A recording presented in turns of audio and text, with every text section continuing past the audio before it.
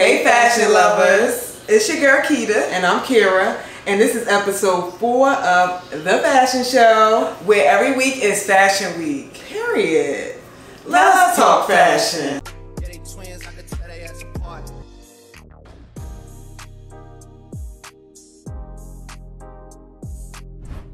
Let's talk fashion, because that's what we have to do, right? Fashion. And we can talk fashion by jumping right into our first segment, which is our Celebrity Look of the Week. Alright, this Celebrity Look of the Week is a bit different. Typically, I'll go for more candid shots of celebrities or our favorite influencers. But this time, this one is based on the Boss ad. The designers Boss are going strong with their ode to entrepreneurs. They are featuring celebrities, influencers that give off a boss attitude. And Naomi Campbell is a part of that, and I'm here for it. Yes, she makes my Celebrity Look of the Week this week. She is in an ad campaign, an editorial piece looking amazing for the Boss Fall Winter 2023 Fall Winter collection. And she's wearing this all gray monochromatic look. I mean, the overcoat, the blazer, the pants, the matching suit. First of all, I need to get me a matching suit. I seen this ad and I need me a matching gray suit. But I love the texture and the coat. I love that everything is gray in the shot, even the background. The monochromatic look. But you know what was missing? A little bit of accessories. And you know what? In this case, even though I love accessories, I did not mind that the accessories were missing. I mean, no necklace, no earrings. Just, you know, bare chest, strong suit, the wide leg pants were amazing, the overcoat, the texture of it, the monochromatic. I said all of that. But I thought this look was amazing. I thought it definitely gave off a boss attitude. So good for y'all, Boss. Y'all picked the right one with Naomi. I mean, how can you go wrong with Naomi Campbell? They nailed this oversized look that women are loving, okay? We're not doing body counts, we're not doing skinny legs. We are loving this oversized look, and I don't know if that gives us boss vibes, just being able to hang my pants down low. I love that the suit, the fashion icon, the suit, is typically structured, but because they went for an oversized look, it's got a relaxed, chill vibe to it. That's true. So cool, so cool. Yeah, I thought this was a strong look from Boss. It's definitely making me want to check out some Boss apparel, okay? Yes. They sold it with Naomi Campbell. That's my Celebrity Look of the Week. What do you have? For this video, I picked Zendaya as my looks of the week or Celebrity Look of the Week. She has graced Elle magazine again, and I'm just goo gaga over Zendaya in these looks. And I'm typically, you know, loving everything she does. She wants to be a fashion girl, and that's what I love about her. She's not shy about trying new fashion. She's not shy about trying new things and wanting to be a fashion. To also want to be a fashion girl is just an extra responsibility that I appreciate Zendaya for wanting to take on. And similar to Rihanna. Some girls want to be a fashion girl. And you know, we love them for that because they inspire us and they also set a lot of trends. So shout out to Zendaya for gracing the cover again. And love these looks. I'm sure you're seeing them as we post them on this video. The amazing one in particular when she's by the pool and she has a like long ponytail and this sleek black dress. I believe the dress is like Michael Kors or something like that. But a lot of these outfits are in black or in white. She's wearing like this white tennis court skirt, which wasn't really my favorite. It didn't really go with the ad, but it's a nice look. But yeah, she killed this ad. It's the September issue. It's probably the most important fashion issue of any fashion magazine. And she's gracing it. And yeah, she's very model-esque, but I think that what gets Zendaya is not only that her secret weapon is Law Roach, but I feel like she also is the girl next door because we get a little bit of her personality. She gives off model, you know, that untouchable model-esque look, while still giving that girl next door feel. So I think that's the appeal for Zendaya, more than just her being slim. But it's a bonus that she can also fit the sample sizes. Right. Let's move on to our next segment of the fashion show, which is our fashion news. Ready for some news flash? Yes, I'm ready for news flash. Like we said, it's becoming the best part of the show. Honestly, a lot of fashion news now. She loves to make the news, okay? I think so too. At this point, it's part of her brand to make the news. But in this case, it's not necessarily for a bad thing. In this case, it's actually for a smart thing. If you didn't know that Shein is connecting with Forever 21. Yes. the OG of fast fashion. The OG of fast fashion. Now y'all know Forever 21 got us through our college days. It's in high school for people. In high school for some people. So it has a part in our heart for, you know, maybe wanting to get a club outfit, maybe a little trendy piece, maybe some fashion accessories. Yeah, school trip, you go on a school party, you know, or just basic shopping. Or basic ran again. It could go from really, really dressy, almost prom dresses, to really, really casual tanks for cheap. That's what I was saying. It was for cheap. Key. It really had our hearts because it was so cheap and it was so many options. Basically like Shein is now, but Shein occupies the online space. Yeah. We all know Forever 21 for having brick and mortar stores. Retail stores. Yes, so we can find them in the mall. And I think that this merge is smart for that reason alone. So if you didn't know, Shein and Forever 21 are joining forces. Yeah. To not only take up to be a conglomerate for the online space, but also the brick and mortar retail space in mall shopping. Yes. They want to be able to put their clothes in Forever 21, not necessarily take over Forever 21 stores, but put Shein clothes also in Forever 21 clothes in the same store. So you have the option to shop Shein. Yes, and instead of online, which is their typical business practice. Now, that's different from Forever 21's business practice. Yes, Forever 21's business model has been to purchase items and put them in the store at a limited stock, but also have the ability to repurchase items or restock items. If the demand is there. If the demand is there. Shein typically is all about the new. Yeah. With thousands of new products released every day on their website, they don't care too much about restocking. They care about pushing P. Yeah. Basically. They care about pushing products. So Shein, it'll be interesting to see how Shein works with Forever 21. I mean, to be honest, Shein has a bad reputation only because she's been exposed. Right. But we don't know what Forever 21 practices are. You know, maybe they haven't been exposed, but they are the OGs of fast fashion.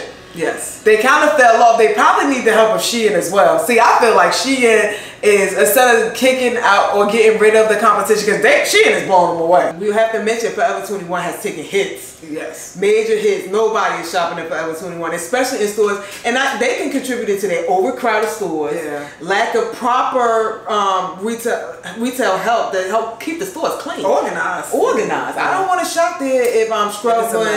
If it's a mess. Yeah, so if Shein can help them clean that up, that'll be perfect. Yeah, well, yeah, it'll be interesting to see how this whole news story pans out. What is Shein going to bring to Forever 21? What is Forever 21 going to do to clean up Shein's reputation? Let's move on from Shein and her shit. She always is something. Shein always That's true. So, Kim, let me ask you something. When you see this image, or, let's say this image you see now, what comes to mind as far as brand recognition? The stripes always put me in the mind of athletic. Maybe like Adidas. Adidas are known for the stripes. What if I told you that it's actually on the runway of Tom Brown? I wouldn't be surprised, because I know that Tom Brown also likes to use those stripes. He usually puts it like on the pants or on a blazer. Yes. Well, Tom Brown did dare to use the stripes. And Adidas, the German company Adidas, did not like that Tom Brown used their aesthetic for his show. And they took him to court. This is not even new news, but it's new news. And I didn't even notice. Yes. But it's so obvious when you think about it. Yeah. Adidas went after theirs. That's what it's true. It's given. Adidas said, I'm going after mine. Yeah. But anyway, Adidas has already taken Tom Brown to court. A case about copyright infringement and also seeking monies for profits. Whatever profit Tom Brown made off this runway where they used these athletic stripes, which is really recognizable to Adidas, I have to admit. Yeah, everybody knows Adidas for the 3 stripes. Tom Brown fought back, and Tom Brown actually won the case. The judge and jury found that this was not copyright infringement and that Tom Brown had the right to use those 3 stripes and even the cross-grain ribbon that Adidas typically uses on their stripes, even down to the type of stripe. Adidas lost the case to Tom Brown because the judge and jury found that it wasn't copyright infringement and they had every right to use the stripes. Adidas is actually appealing the case against Tom Brown, saying that the judge did not give the jury correct instructions on how to look at this case, and it's not looking good for Adidas because the judge has recognized or is 10 toes down on his decision and felt like everything was done right. Another note about the case was Adidas claims that the judge didn't allow them to use an expert witness, their expert witness, but allowed Tom Brown to use an expert witness. It was just Adidas feeling like they weren't properly treated. It's an injustice, they feel, what happened to them. And they're appealing the decision, and they're going back to court to fight Thom Browne. I mean, listen, Shein is being super, everybody, the thing is, nothing is ever new in fashion, and we have to remember that. There's always something that's being copied, rebranded, and I mean, if a brand wants to hold on to that recognition and wants to say, listen, this is us, this is what we're known for, and they think that something is taken away, I think they should fight. I think they should go to court if they need to. Some things, it's like, come on now. Yeah, maybe I think that Adidas definitely have a case with that. Because, I mean, I didn't notice it, but I mean, I always noticed that Thom Browne used the stripes, but it is very similar to Adidas. And if Adidas has been strong with the 3 stripes, and I think they definitely had a case. I'm really surprised that they didn't get any money in the first try. Because, I mean, they're definitely, the way it's strategically placed, the stripes are like identical to the Adidas stripe that we're used to seeing. Down to the ribbon. Right. So, yeah. So, they're back in court for that. And we got to look out and see what's going on with that as well. That's still in the making.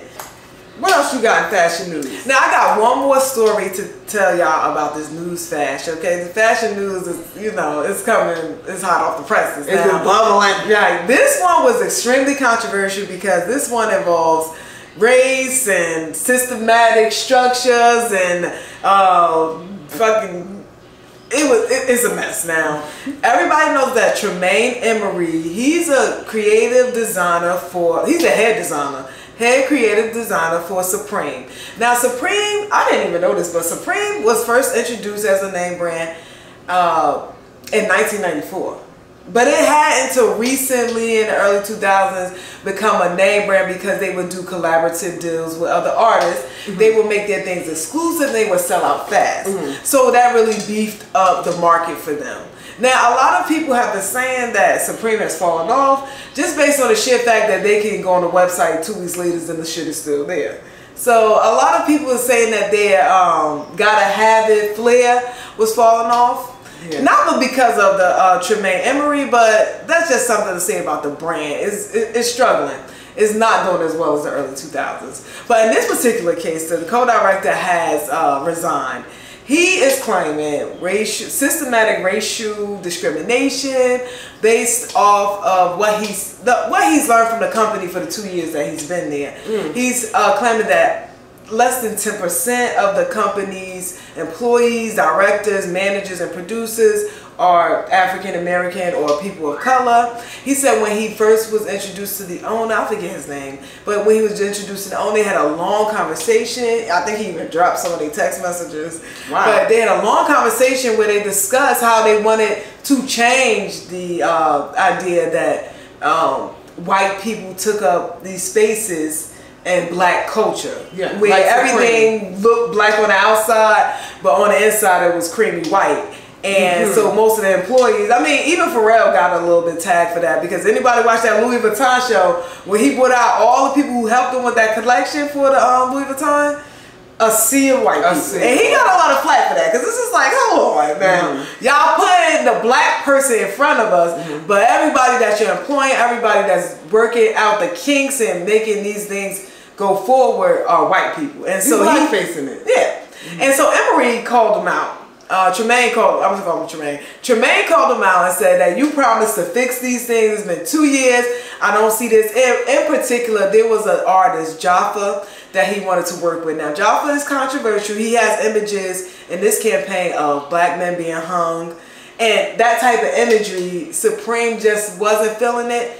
Now, he said that Supreme totally cut out the guest design and a collaborative idea with Jaffa just based on pure racism, that they did not hit him up and let him know that they were doing that, and they kind of just closed the book without notifying the creative director, which he thought was insane. And I agree with them. Like, if we're gonna give me the title, let me have everything that comes with it. Because they blackface. Like you blackface. You just put me up here because it looks good for Supreme, because of your audience.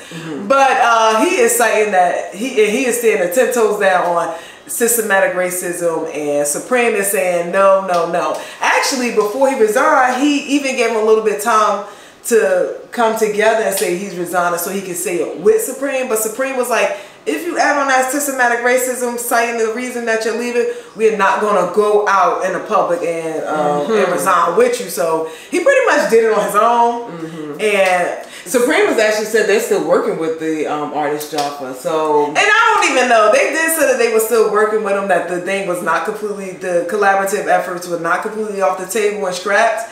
But I don't know. They might be just doing that to save face. Like, they might continue to work with him just to save face. Right. Because, I mean, at this point, you're calling it bluff. So, that was a little bit of controversy. A lot of controversy in the fashion world this week. And we are here for, you know, breaking up systematic racism and really doing away with the fact that you want to sell to the culture, but you want to employ another culture. Right. Not here for it. Make it make sense. Make it make sense, honey. But yeah, that is the fashion news for this week. And I think we got some hot, juicy stories. Can't wait to bring you guys more of this news, fashion news. Yes. Let's move on. What else we got up in this show tonight? Okay, so this is a new segment for us. We're introducing you to some of our favorite fashion influencers on your favorite social media accounts. That's Instagram, TikTok, YouTube. Okay? We're just showing you our favorite ones and letting them influence us a little bit. In this segment, we're calling Under the Influence. Our favorite influencers, we're going to try to take their style and see if we can pull off looks that we've seen them create online. Just to recreate it for our own style. And I think that it'll be fun and it'll show how influencers work. Influencers should be influencing me on outfits. Yeah. Hello. That's what they're there for. That's what they're there for. And we certainly are under the influence. Right. Now, my girl, I chose a plus size influencer because I feel like plus size influencers definitely don't get the recognition that they deserve. But my girl, Head to Curve, did hit 100K on YouTube just recently. So shout out to Head to Curve because I'm under the influence this week. And this time I took one of her old IG posts where she paired, well, you'll see it in the video. So I was definitely under the influence. I love the fact that she paired these shorts with this bustier and this long button-up white top. And I had all three pieces, so let's see what we put together. So first of all, she had jean shorts. Now, she had really short jean shorts, and I just cannot find my short shorts this time. So I got these shorts. I love that they're a little bit longer than, you know, mid-thigh. They come at least to the knee a little bit, and they have the frayed edges that sort of hang out outside of the outfit. So I'm looking forward to that. So those are my jeans. All right, next up is a plain white button-down. We all got it. Mine's in particular is pretty long, just like hers. It comes about mid-thigh, as you can see. And I love the fact that it's long. It's going to sort of skim the top hem of the shorts with a short stop and with a short start, and when the shirt stops, they meet up right there to perfection, which I love. So I got my white H&M button-down shirt. The next thing she had on was like a corset bustier style top, and that was over the white button-down, so I grabbed mine. Now I don't have leather exactly like hers, but I have patent leather. So I grabbed this patent leather bustier corset that we got from, where is this from? Nasty Gal. So I got this from Nasty Gal. Love this corset. It's so fire. It stands out definitely with this shiny patent leather. We're here for it. Oh, and I'm about to die. And last on the list, I got my Jordan 1s. These Jordan 1s, right? Jordans, similar to hers, black and white Nikes. Just got these in. These are the elevated one with the platform heel. So these are gonna top off my under the influence outfit. Tell me what you guys think. Am I under the influence or am I just plain drunk?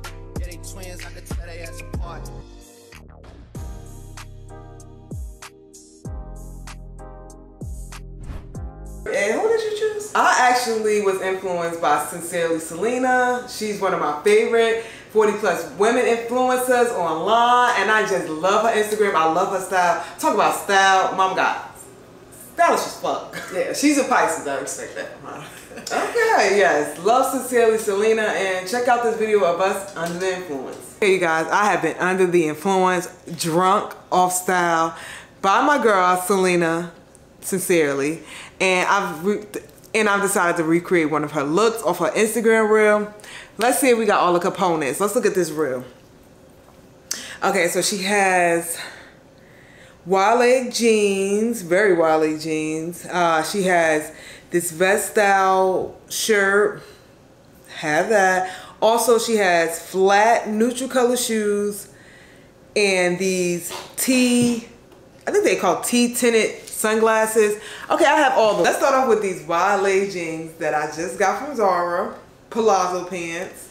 Also have this neutral color vest from H&M, some neutral flats from Zara, and sunglasses from Amazon. Also can't forget the double chain that she's rocking and her signature baseball cap. Let's see if I've been properly influenced.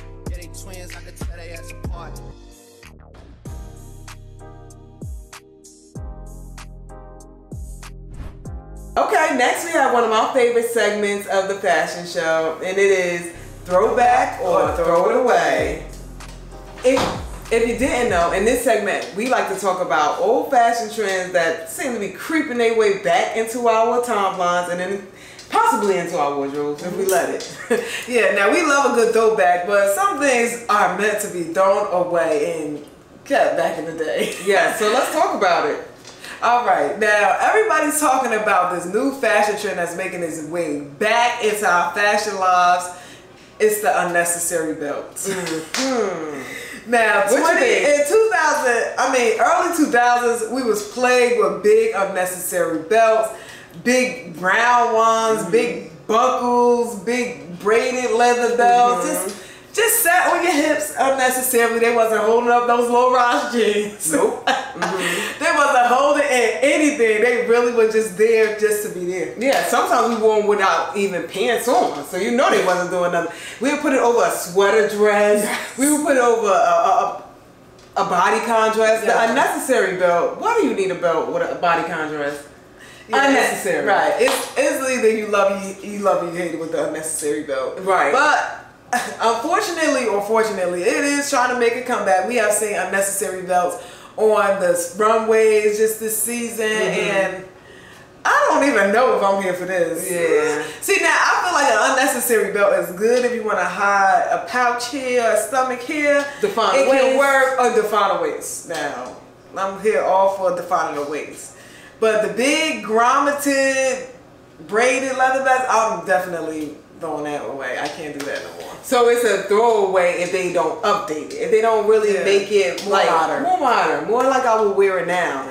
Yeah. It's gonna be a throwaway for me. I don't think I need to throw that back. I was never a fan of the unnecessary belt, but I can't say I won't throw it on because I would throw on a nice cute belt. I have to see somebody really do it well, and I know there's a belt on Zara. It's like a rope belt that I really want. I haven't seen it anywhere else, but Zara has it, and I think I want to give it a try. It's definitely under the unnecessary belt.